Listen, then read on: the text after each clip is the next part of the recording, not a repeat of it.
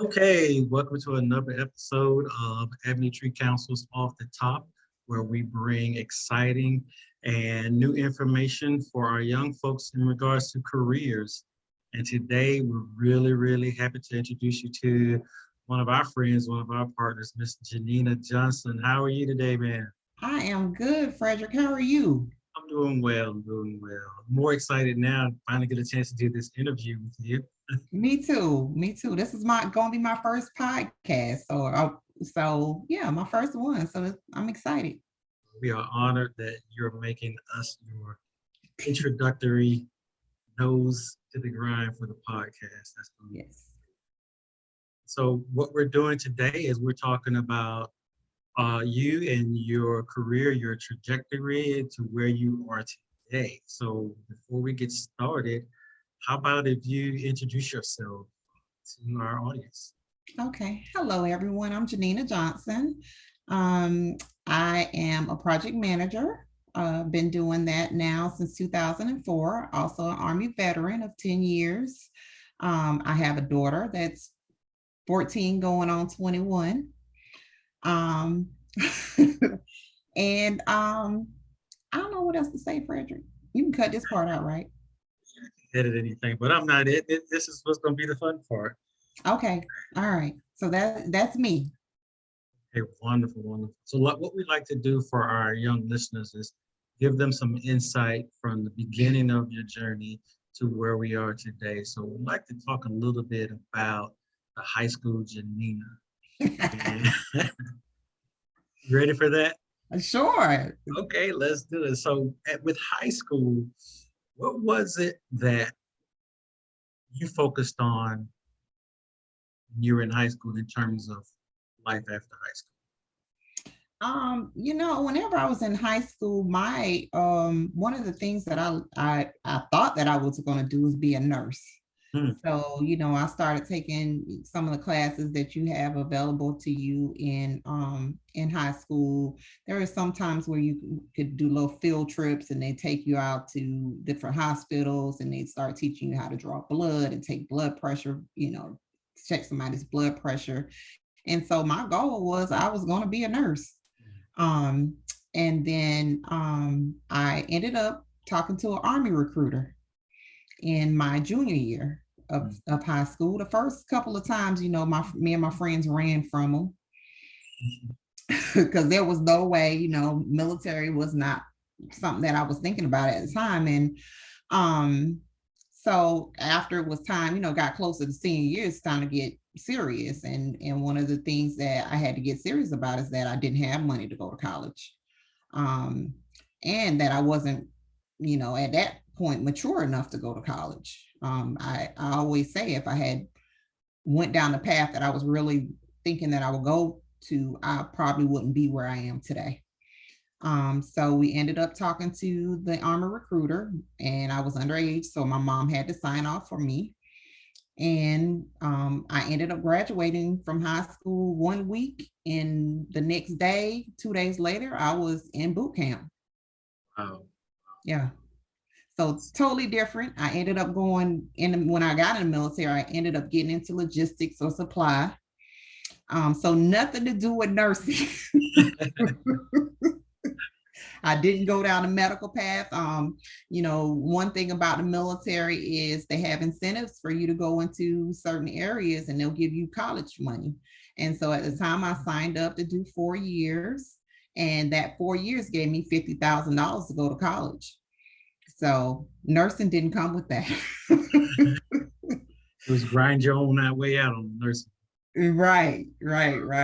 Um, so I struggled, and I struggled in boot camp. I never was an athletic person, even though I'm tall. Everybody assumes when you're tall, you're going to play basketball. Didn't do any of those things. So I struggled a little bit in boot camp early on. And I was recycled in boot camp.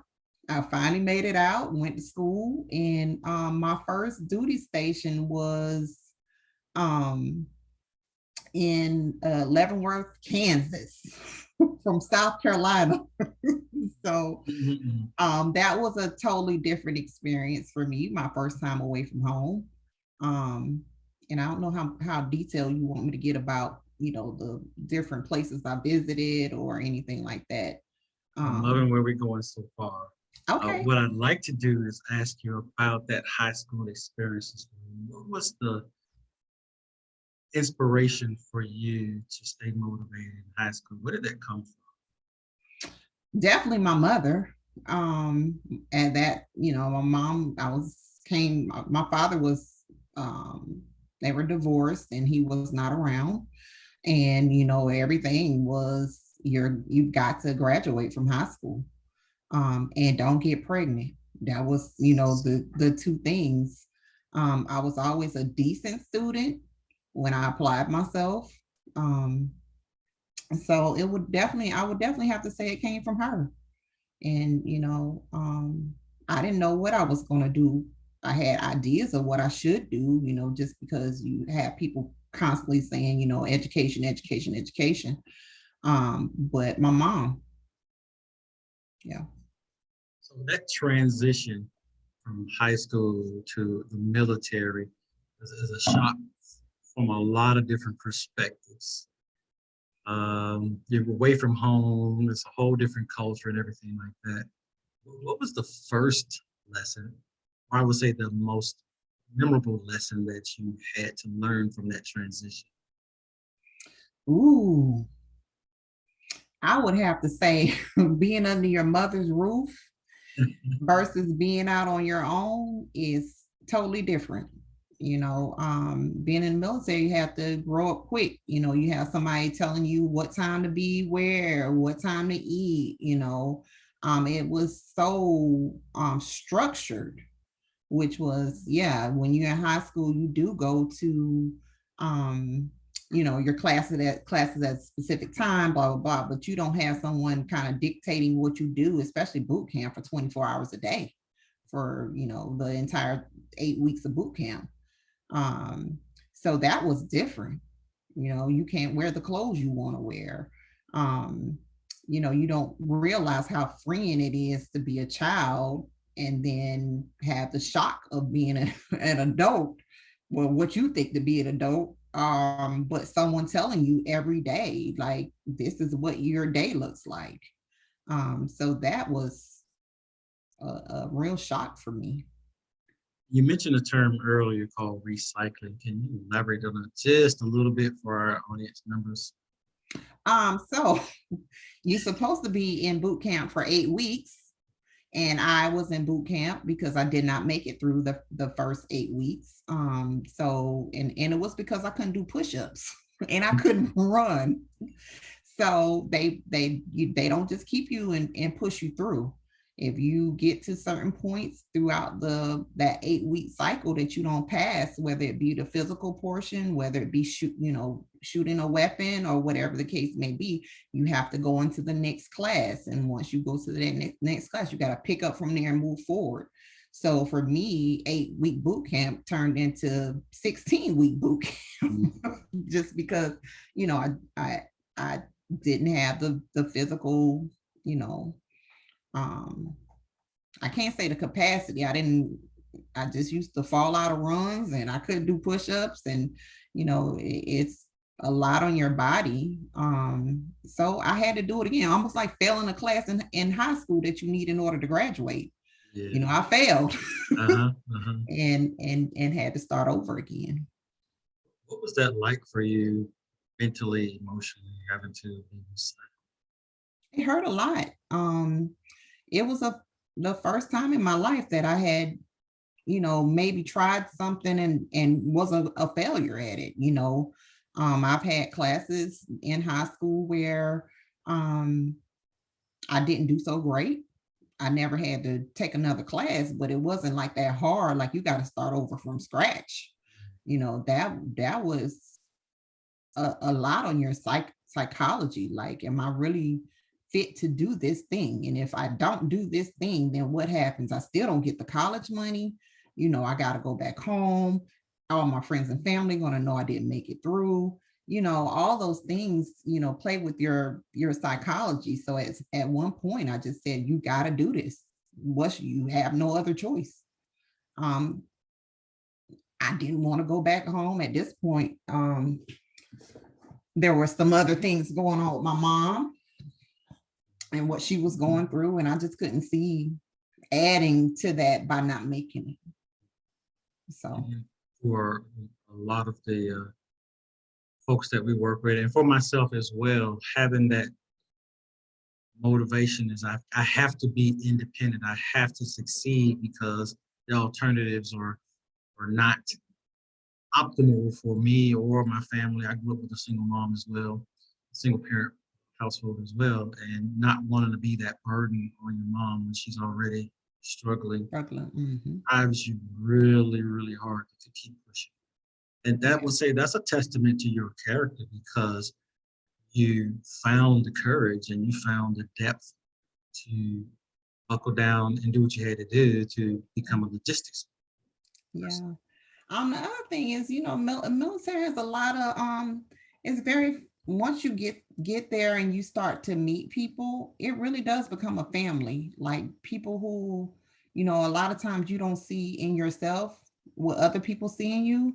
And my drill sergeants and people who were over me, they pushed me, they ran with me, they really went the extra mile, including the people who were in basic with me and in boot camp with me.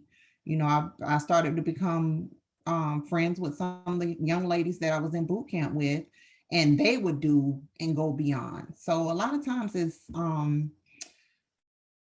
having someone else, a lot of other people around you that believe that you can do, what you set out to do and pushing you to do it.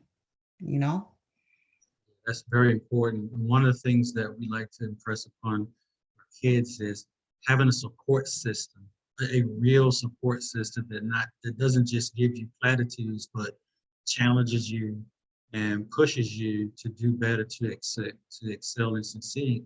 It's very important. It is. It is. So now we have the career professional, Janina, as a logistician. Did I say that right? Yeah. I gave out the beans and the bullets. The beans and the bullets. Yeah. So what was that experience like for you? It was I moved up once I got past boot camp and went to school. I really moved up the ranks pretty quick in that job. Um, dealing with firearms and equipment, and you really had even though you have, sergeants and stuff that are over you, but you're really responsible for millions of dollars worth of equipment and keeping up with it. And if you can't find something, they want to know why.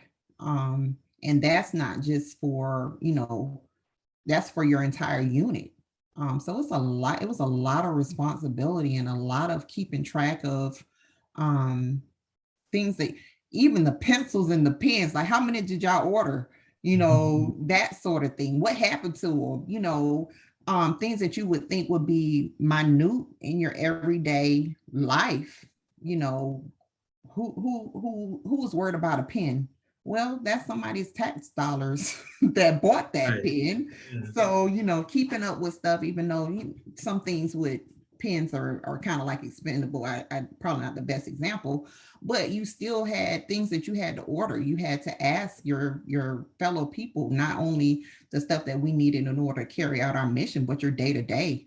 Your notepads, whatever the case may be, but anything from a pen all the way up to a semi-automatic weapon or a grenade launcher or a tactical vehicle, we were responsible for making sure those things were where they're supposed to be, and that the people who did maintenance on it the way they were supposed to.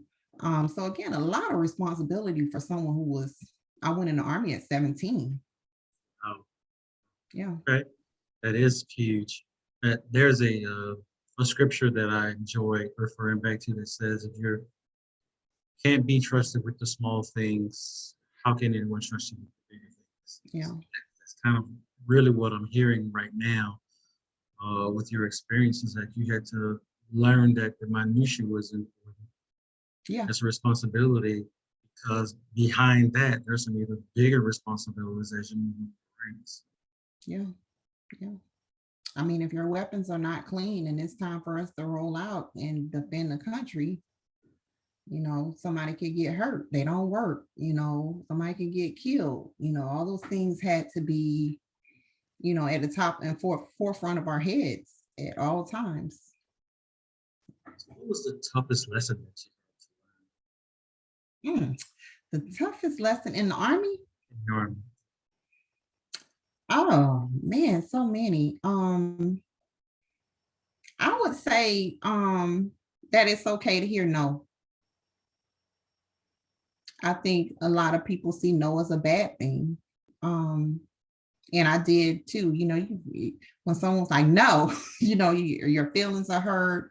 You might want to get an explanation why, and sometimes you don't get a why in the military. You just do what you're told. So I think that's probably the toughest lesson, but it's also the best lesson for me because those no's made me push in other directions. If I heard a no and I felt like there was another way for me to go around, or not, when I say go around, but not against authority, but if there was a no, you didn't get this because you didn't go to this class, or you didn't do this thing, or you didn't get a degree, or you don't have a degree, those no's push me to be better and to come up with sometimes creative ways or different ways or sacrifice different things in order to get the yes.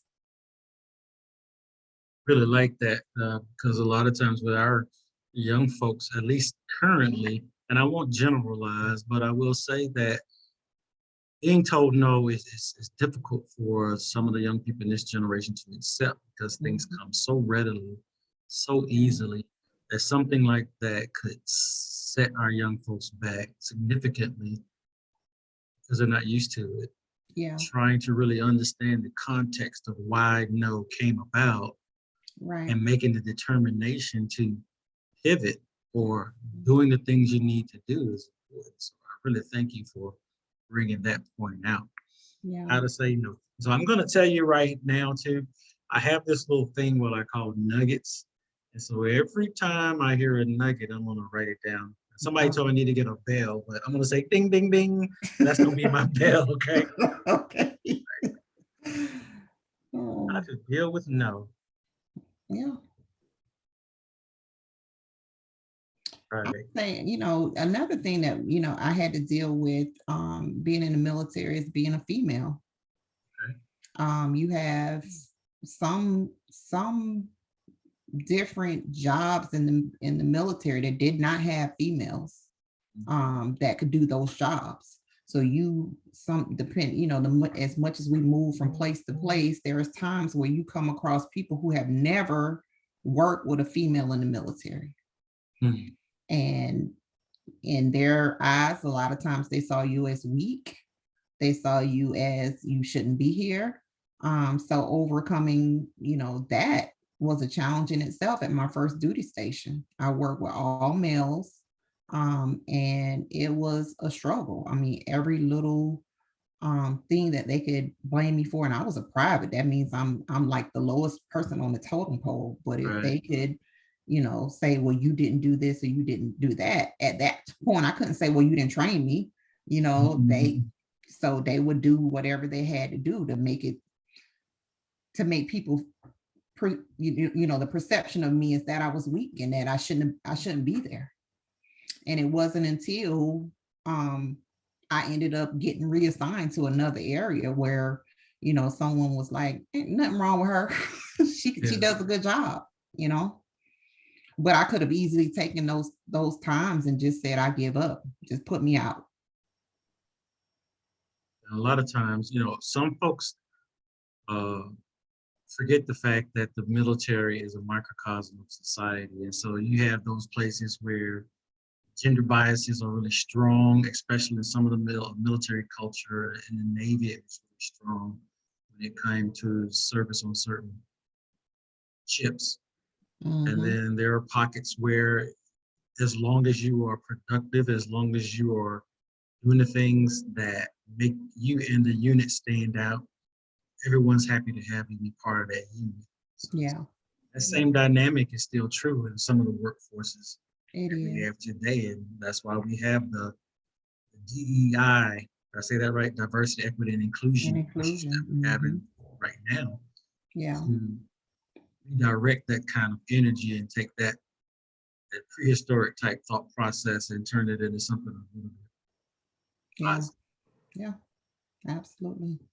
So you had uh, another assignment that you were able to shine.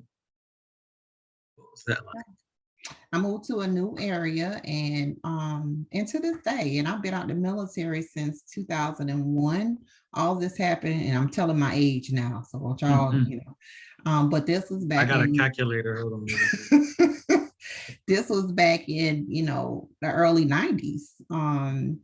And so there was, once I moved, I was still at the same duty assignment, but they moved me to the headquarters instead of where I was working. And I ended up, and I still talk to this person to this day. It was Sergeant Waller. And Sergeant Waller was a black male, and he did not play, and he would just say, Johnson, now, do this or do that. And he really saw the best in me. And it made me want to stay in the military. My goal was I was going to do the 4 years. And then once I had the challenges with the other leaders that, didn't want to work with females, I was like, I'm out of here. I'm going to take my money and I'm going to run. And Sergeant Waller really took me under his wing and he mentored me. And that's when I started to thrive and started to move up in rank. And let me see, by the time I left there, I was a sergeant. That's 5 levels just under his leadership. And though there'll be, people would just say you're fast tracking, which means you move up in rank, you're moving up in rank faster than the average person. And by the time he left, I think I was running that shop by then. And you said something very important there that I wanted to pause on for a minute, and that's having a mentor. And I believe personally that it's not so important to have a mentor, but the right Yes, mentor. absolutely. What are your thoughts on that? Um, I, as long as I've been in my career, I've always had mentors, and it's not just one. It just depends on, I may have a mentor for, now I do project management, but for that side, or someone I can come and talk to, just about life. But I think it's very important to have people that you can be open and honest with, and that will give you both the positive and the negative of what you're doing. If you have some, you don't want a yes mentor, right? You want the mentor that's going to challenge you to be better. um, I think it's important. Find the people that are going to push you to be better.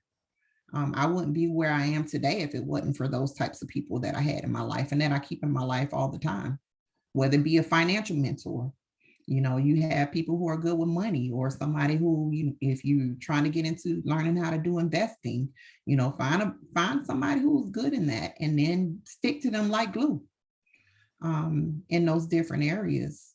I think it just makes you stronger.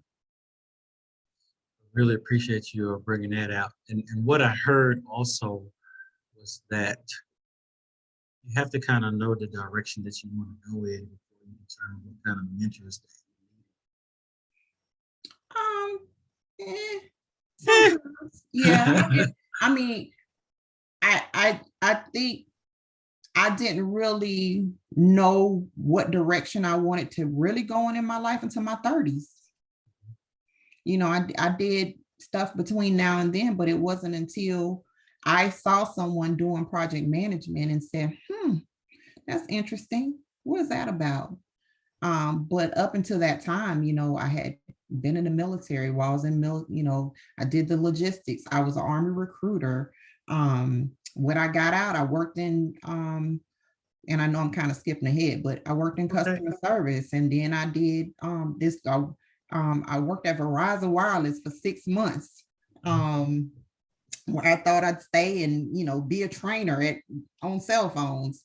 And then I left there and started working at Blue Cross and Blue Shield, where I was a customer service rep. And then I started doing quality audits, and then, operations manager, and then into client advocate and project management. So it wasn't until I got older and I really honed into what I was passionate about. I'm passionate about the things that I do now. That's amazing. And it's a great segue into where we're going next.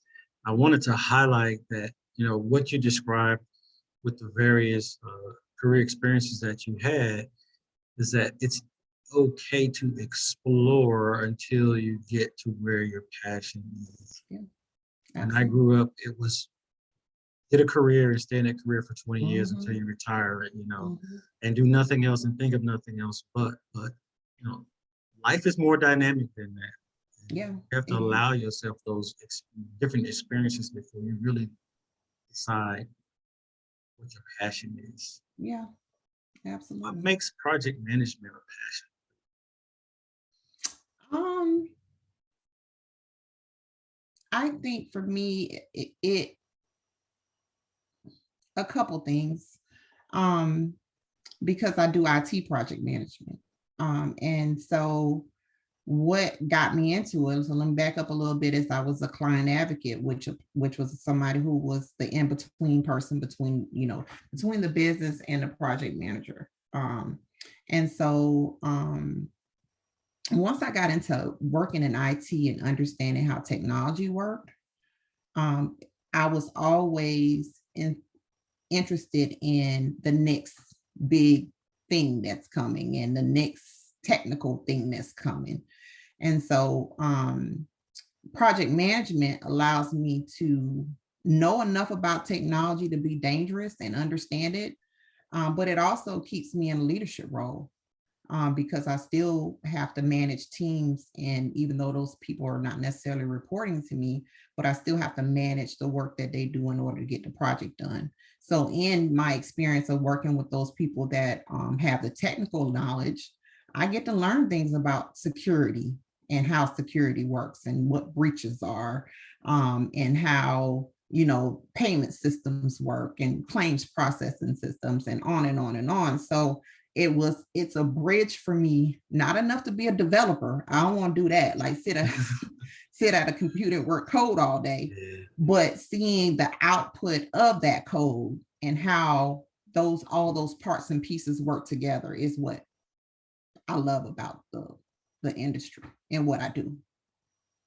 And interesting enough, if we were to stitch together all the experiences that you had over time, I mean, your life's journey to this point is tailor made for a project manager. Yeah, yeah, yeah, yeah. So I can agree with that, because my first project management job was at Blue Cross and Blue Shield, South Carolina. But by the time I had gotten to project management, I could process insurance claims. I could answer questions about insurance. I knew about payment and diagnosis codes and all that good stuff. So whenever I went into project management, I could tell them from a business perspective how things were supposed to run, or what the expectation was of a claim from front to end.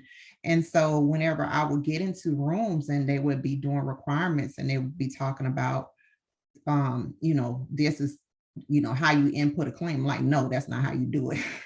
So I was able to also provide expertise from being on the business side once I got to technical. And the other thing is, they couldn't pull the wool over my eyes because I already knew how it worked. that's powerful.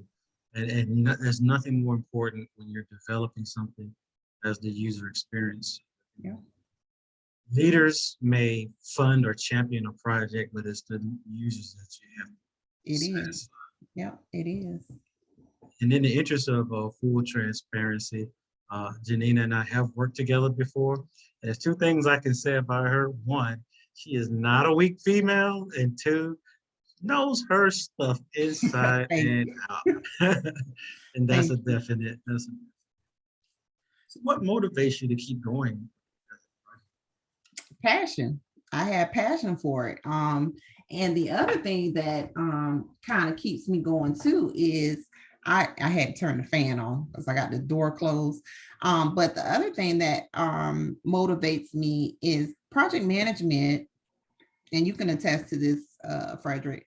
It's a hard field to get into. And so for me, if I can open a door for someone else in project management or teach or coach or mentor someone else, that's what I want to do because I know how hard it is.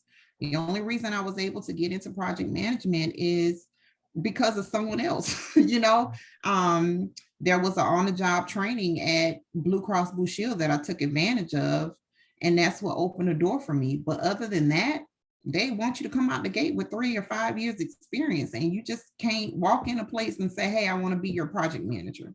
It's something that you have to hone those skills and you have to have experience in, and it's not easy to get that experience. So if I can, stay here because it is my passion, but if I can continue on and open the door, and I do it all the time for people, and if I can open that door, that's what gives me pleasure, because I know how hard it is for someone to get into it. Absolutely. And oftentimes some project managers kind of fall their way, walk backwards into it. I did the same. When I was deployed in the Navy, I would work on tactical electronic warfare systems, and I didn't like what they did for us. Didn't like the output production. So the first chance I got to work on a project like that, I jumped into. I wanted to make a difference. Yeah. What would you recommend to our young audience that may be considering project management? Where would they start, or what would be the foundation? I would say definitely some education in project management. There are some different colleges that have degrees in it. And then certifications. There are your certifications in project management, which is like the lowest level. And then the next level is the project management professional, which is a little bit harder to get. But start with certifications and then start opening yourself up. If you're in a company and that company has what is a project, that's a good way to get in. If a company is going to, and I'm trying to think of a good example, they're going to do some type of new system, and they're going to need somebody to help them with the project management aspect, develop and what the task is to get the work done, and what time it's going to take, and those sorts. That's a project. But anytime, an event that you can do at your organization, like some type of conference that you're setting up for. All of those things are projects because they have tasks, they have time. Projects have start and end dates. So anytime you can put yourself in a position or you see an opportunity, present it as a project. And then that can lead to additional time that you can put on your resume. I did this project. All of it is task management, time management, budget management, the quality of the product or the quality of the thing, and how it went. So don't think of it in such a big, broad, term. Doing a birthday party is a project. Moving into your house is a project. Just figure out how to tie those things back to project and start honing in on those skills that you've learned from that certificate or that education that you got in the field. Thank you so much for sharing that. I remember a couple times just working on company picnics or company team builds, and those are projects. Yep. It has so much application to life. It's one of the reasons why we teach project management at Ebony Tree Council, the life skill. Yeah. It's applicable across many things. Yeah. So once you can go work. Your Ebony Tree Council is a perfect example. Work for us. Yes. A project. It doesn't have to be something monetary, right? Or something that you're getting compensated for, because I've always been willing to take a step back to move forward. And if that meant I had to do something that I wasn't getting paid for, of course we all want to get paid for it, but the experience is what you want. Yes. to be able to show that you have, the time. That's what they're looking for, the time that you're able to describe what you do and that you can deliver on what you say you're going to do. So Being don't willing think to of it put in yourself broad. out there is important. Yes. I'm sorry. Being willing to put yourself out there is Yeah. important. Yeah. And when you deliver that thing, go do it again. Rinse and repeat. And don't forget to celebrate. It's always important to celebrate. That's regardless of what it is. So now, I want to talk a little bit about kind of corporate cultures that are important to you to work in. Corporate culture. So I have worked in places that are very has a lot of nepotism, or I'm hiring my cousin or my son or my relative or a friend who has less experience than someone else. So there's not an opportunity for you to move up. Those types of cultures I don't like, because they favor that whoever that person is getting the job done. I mean, that's been put in that position that may not deserve it. But lately, I've worked at state government since 2012, and those, even though it comes with its own challenges, it still has always been very nurturing. It's people who are easy to work with. We all have it.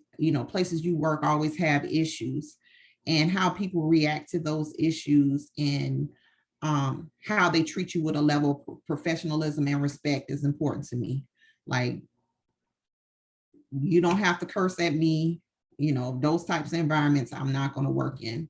And I feel like I put myself in a position in my skills that I don't have to work in those types of places. But it's important to me that it's respectful and that it's professional. We still can laugh, we still can talk, but we can get the job done. And it's very easy.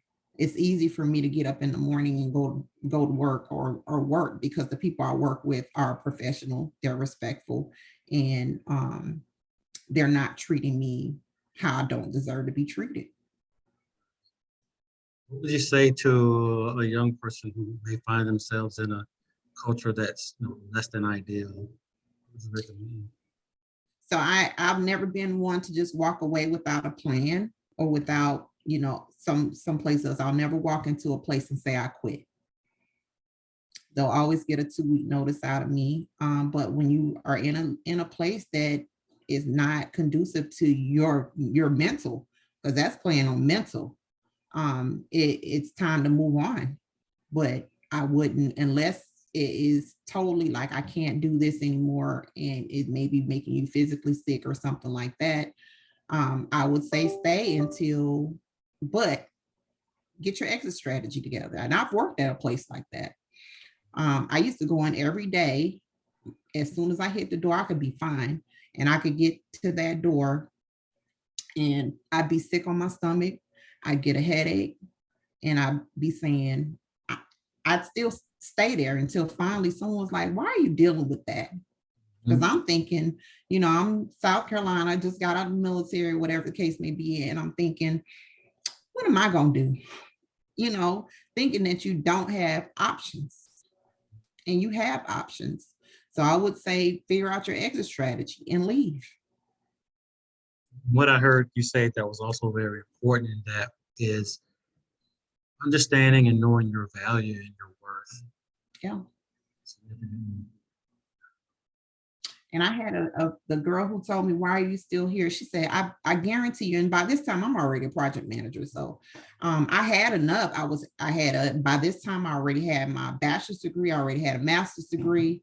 I think I had just finished my PMP certification, and I had been doing project management for at least 4 or 5 years by then. And she was like, why are you still here? She said, I guarantee you, if you put your resume out there, you can find something. And I did. And I was gone probably a month later. But had I she had to tell me my worth, you know, and I should know better, right? Because I had all the skills and the education, but understanding your own worth. That was perfect, Frederick. And sometimes it takes someone else to really show you that you're more valuable than what you believe yourself to be. Yeah. Once you get that flashlight, you have to listen to it and respond to it. Yeah. Yeah. You mentioned something earlier about your mental. So I want to kind of push into the personal, Janina, and talk about well-being and how do you maintain balance? Um, I work hard, play hard. Mhm. So I make sure, you know, even though, you know, I have a daughter, but I take time for me. I take, you know, I don't care if I'm going to just put my feet in the sand at the beach, you know, whatever that small thing is, I take time for me. Mental is very important. Um, if you don't, it's going to catch up with you. That happened to me, you know, with the pandemic. I'm so used to you know, with project management, I'm so used to controlling the space, right? I Mhm. control when it's delivered and all that good stuff. And during the pandemic, you know, I struggled a lot with not having that level of control that we so used to having as project managers. Right. And so it's okay to go see somebody, you know, um, and go talk to somebody and let them help you with putting things in perspective and the things that's important to you. You know, back when I was younger, I would have never thought that I would go see a therapist ever, ever. And it wasn't that, you know, I just couldn't cope. You know, you're so used to doing things not the same way, but having a level of control over your life and over what, for me, over what other people were doing. And when that level of control or, you know, what I'm used to was interrupted, I was like, I don't know what to do with myself, you know. And so I had friends like, go see a therapist, and I'm like, what? And then, you know, they start saying, my friends were the ones and my family was the ones who pointed out, like, why aren't you, even though you're in the middle of the pandemic, like, we still would talk to you, you know, we still would have conversation. I wasn't talking to anybody. I was in a state of depression. So it's important to take care of you and understand when you are not you and when you're not okay. Hey, hold on. Another nugget. Let me write that. It's important to know to take care of you and know when Mhm. you are not you to get some. When you're not okay. When you're not okay. Okay. Yeah, yeah. So, engineer, make sure you hit that nugget for me. Okay. Ding, ding, ding, ding, Yes. ding. Ding, ding, ding, ding. There it But is. Right. self-care, that was the other thing. Mhm. I'm so used to taking care of other people and solving other people's problems, and I wasn't taking care of me. And I had to get back to, you know, had to have say it's okay for you to take time for you. And But that's I one always thing that's, go ahead. go ahead. I was gonna say I always say, you know, work hard, but play harder. And one of those things that I was going to say is really kind of challenging in the project management world is that sometimes project managers get heavily invested in solving the problem and the solution for the customer.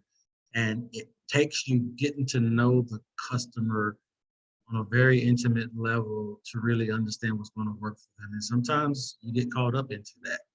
Yeah, you I do. recall too, I would wake up in the morning thinking about the project. I would have dreams about the project, all those things, right? It's like, wait a minute, Yeah, something's got to give here, yeah, but that's comes from that place of passion. it And I does. call that passion and hyperdrive. And, you Yeah, got to dial it back a little bit and prioritize yourself. That, yeah. so, And you know, I think too, it depends on, for me, with working in state government, it's health and human services or public health or whatever the case may be. And I know at the end of that, on the other side of that project is a human being. And you know, that whatever I'm doing is impacting other people. So that was another thing that was driving, like, oh my God, I can't, you know, not do this thing because somebody needs something. It's not just the agency saying we've completed a project or a program. It was at the other end of that. was people. And it's really, once you become invested, it can be a little bit frustrating or trying to have developers or executives kind of try to push things on you that you know won't be to the benefit of the end user. Yeah, And correct. trying to redirect that to something that's more positive. And the other frustration is once you voice that and they still decide to go down the path and they mess up and you got to come back and help them fix it.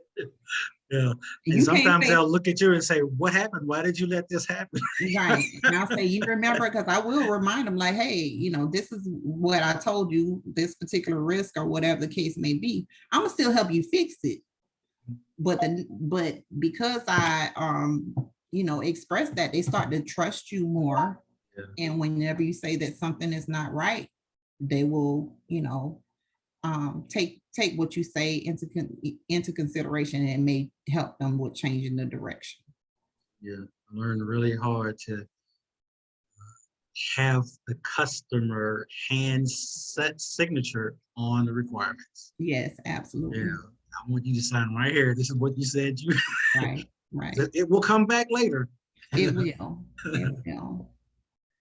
So now we're moving into a little bit more of the personal, Janina. I wanted to find out. So you have found your passion, but sometimes, in life we want to elevate a little bit above our passions and kind of want to know what that looks like for you and what's next. I don't want to work as hard as I work. And I really want to share my skills with nonprofits. I think I shared this with you before, Frederick. I don't want to do the day-to-day no more. I want that day-to-day to be more. And I think that comes from knowing at the end of the projects that I do now that they help people, but being in a smaller scale, right? Instead of me doing at the state level or, at a corporate level, I'd like to do it more locally or more on a smaller scale, because I think that that what nonprofits do, their work is very important. So that's what I really wanted to get to a point, probably in the next few years, what I'm doing. Still doing project management now. I'm not gonna leave it, but just doing something a little bit different in a different area. So now as we're coming to a close, we have a introspective question or two that we like to ask our audience. And the first one is, you pick one. You had to tell your 15-year-old Janina or your 22-year-old Janina a piece of advice. What would that be? 15.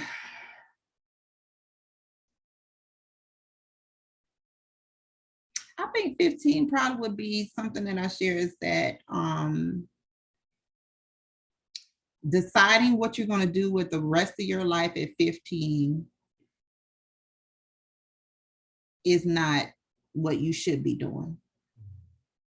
Try different things like we talked about earlier and find your passion. I told you my daughter's almost 15, and a lot of times now they're like, well, what do you want to do? They're asking her, having those conversations with her, and I'm thinking to myself, 15, 14 years old, 15 is too young for you to try to pick the thing that you're going to do for the rest of your life when you're still trying to figure out who you are. You don't know who you are at 15. So I tell her now, she's like, I don't know if I want to go to college. Okay, if you don't want to go to college, just think about what else you want to do. I try not to force, even though the school does it. I try not to force her into a box of picking. I let her try multiple things to see what she likes. So I think that would be the thing that I would say for 15. Don't try to, some kids know early on, I'm going to be a basketball player, or I'm going to do this, or I'm going to do that. And they do it, because we see entrepreneurs at 11, 15 now, but not to put so much pressure on yourself to decide in that moment that that's your final thing. Because when it doesn't work out, I think you can be disappointed. At 22, I wish I had the financial literacy that I have now at 22. So I'm going to tell y'all a secret.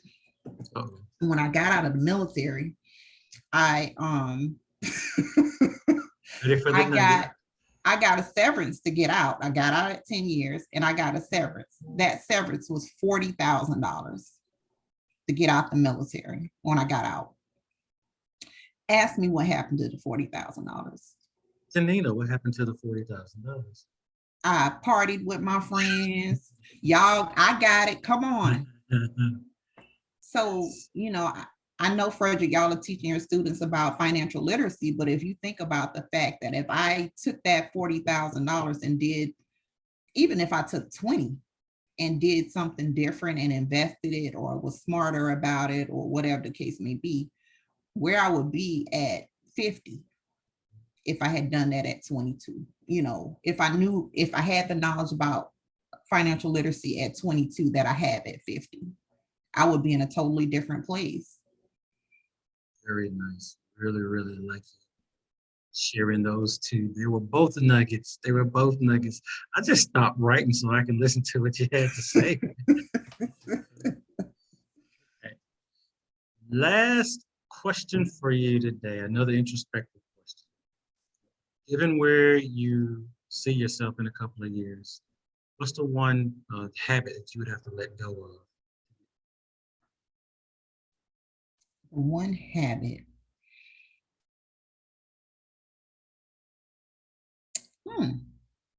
That's a hard one.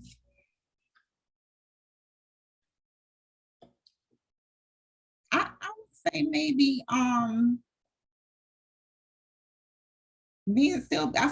still hard on myself, being so hard on myself and constantly moving. Like you don't have to constantly move, and I enjoy life, but I still have these habits that, the things that I do every day. Like sometimes I get up at 4 o'clock in the morning, every morning. I want to sleep at 8. So, just those day-to-day things that um I'm trying to think, like the things that don't mean anything. You know what I'm saying? I do things that really are not a benefit or consequence to my life. Like just do and just be, instead of checking the box so much. Maybe that's a control thing, giving up a little bit more control, a little bit of control, and just going with the flow. Yeah, and those two things go hand in hand, control and being hard on ourselves. Yeah. Two habits that kind of embolden each other a little bit. Yeah. Any final thoughts before we sign off today? This was good. I would definitely say to your students to learn from the mistakes of people who have been there. I know a lot of times when we're young, we don't listen to people who are older than us because we feel like they don't understand or they're not walking a mile in our shoes. But a lot of times, just having someone that you listen to that's a little bit older that can keep you from those roadblocks and hitting those bumps in the road. Now, don't get me wrong, bumps in the road do make you stronger. But if you can avoid some of those, and I would say maybe pitfalls that could help you along your journey, listen to them. Get a mentor. Have someone, that's wiser than you. Surround yourself with people that are going to challenge you. And I think y'all will be just fine. Ladies and gentlemen, you have had the extreme pleasure of listening to Ms. Janina Johnson, project management professional extraordinaire, real leader, keeps it plain and simple. Thank you. And future visionary. Thank you so much for spending time with us today. And we definitely look forward to working with you a lot more. Same here. And I will add, I got one of your projects yesterday. Oh, no. The BHS Limbs Project. So, Frederick. You're welcome. Yeah. So, but it has been a pleasure. I've really enjoyed this, and being my first time, I really enjoyed it. So, thank you. And